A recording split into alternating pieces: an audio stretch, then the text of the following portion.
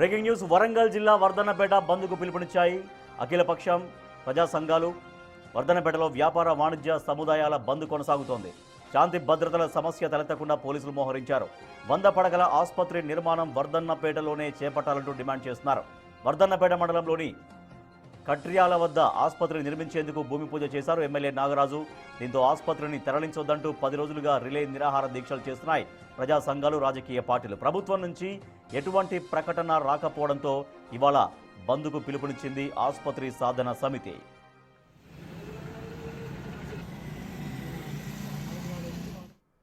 వరంగల్ జిల్లా వర్ధన్నపేట బంద్కు పిలుపునిచ్చాయి అఖిలపక్షము అలాగే ప్రజా సంఘాలు। వర్ధన్నపేటలో వ్యాపార వాణిజ్య సముదాయాల బంద్ కొనసాగుతుంది। ఆసుపత్రిని వర్ధన్నపేటలోనే కట్టాలి, అక్కడి నుంచి తరలించవద్దు అనేది అక్కడ వాళ్ళు చేస్తున్నటువంటి డిమాండ్।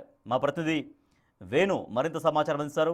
వేణు, వర్ధన్నపేటలో బంద్ ఎట్లా కొనసాగుతుంది, అసలు ఆసుపత్రి తరలింపు అనేది ఎందుకు వచ్చింది?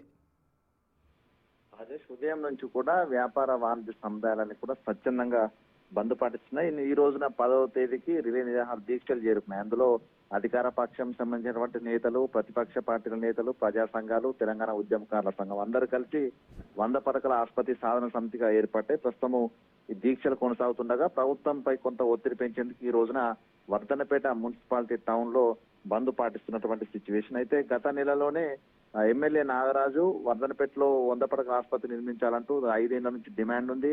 గత ప్రభుత్వ హయాంలో నిర్మిస్తామంటూ కూడా కొన్ని మెమోస్ ఇచ్చారు। స్థలం సేకరణ కోసం అన్ని ప్రయత్నాలు చేసినా అది మళ్ళీ మరుగున పడిపోయింది। అయితే తాజాగా మళ్ళీ 100 పడకల ఆసుపత్రి కోసం భూమి పూజ చేయాల్సిన నాగరాజు కట్రాల శివార్ లోపల దేవుడి మాన్యం భూములు ఉన్నాయి, ఎండోమెంట్ శాఖకు సంబంధించి ఆ భూములో నిర్మాణం చేసేందుకు భూమి పూజ చేసిన తర్వాత వర్ధన్నపేట నుంచి నియోజకవర్గ కేంద్రం నుంచి ఆసుపత్రి తరలిపోతుంది, పూర్తిగా మా మనోభావాలు దెబ్బతిన్నాయంటూ కూడా అక్కడ రాజకీయ పార్టీలన్నీ ఏకమయ్యాయి। ఎందుకంటే నియోజకవర్గ కేంద్రంలో కనుక ఆసుపత్రి ఉంటే డెవలప్మెంట్ జరుగుతుంది, అందరికీ సునాయాసంగా రవాణా కూడా ట్రాన్స్పోర్ట్ ఈజీగా ఉంటుందనే ఉద్దేశంతో పార్టీలు, ప్రజా సంఘాలు అన్ని కూడా ఏకమయ్యి ఎమ్మెల్యే దృష్టికి తీసుకెళ్లాయి, ప్రభుత్వం దృష్టికి కూడా రిక్వెస్ట్ లెటర్లు పెట్టాయి। కానీ ఇప్పటివరకు స్పందన రాకపోవడంతో ఈ రోజున బంద్ పాటిస్తున్నాయి। ఒకవేళ కనుక ఆసుపత్రి నిర్మాణం వర్ధన్నపేటలో చేయకుండా కట్టడాలో నిర్మాణం కనుక మొదలు పెడితే ఆమరణ నిరాహార దీక్ష అంటూ కూడా ఆ స్థానిక ఉన్నటువంటి ఈ సాధన సమితి సభ్యులైతే డిమాండ్ చేస్తున్న పరిస్థితి। దీనిపై కూడా మరోసారి వర్ధన్నపేట టౌన్ లో ఇప్పటికి కొంత స్థలాల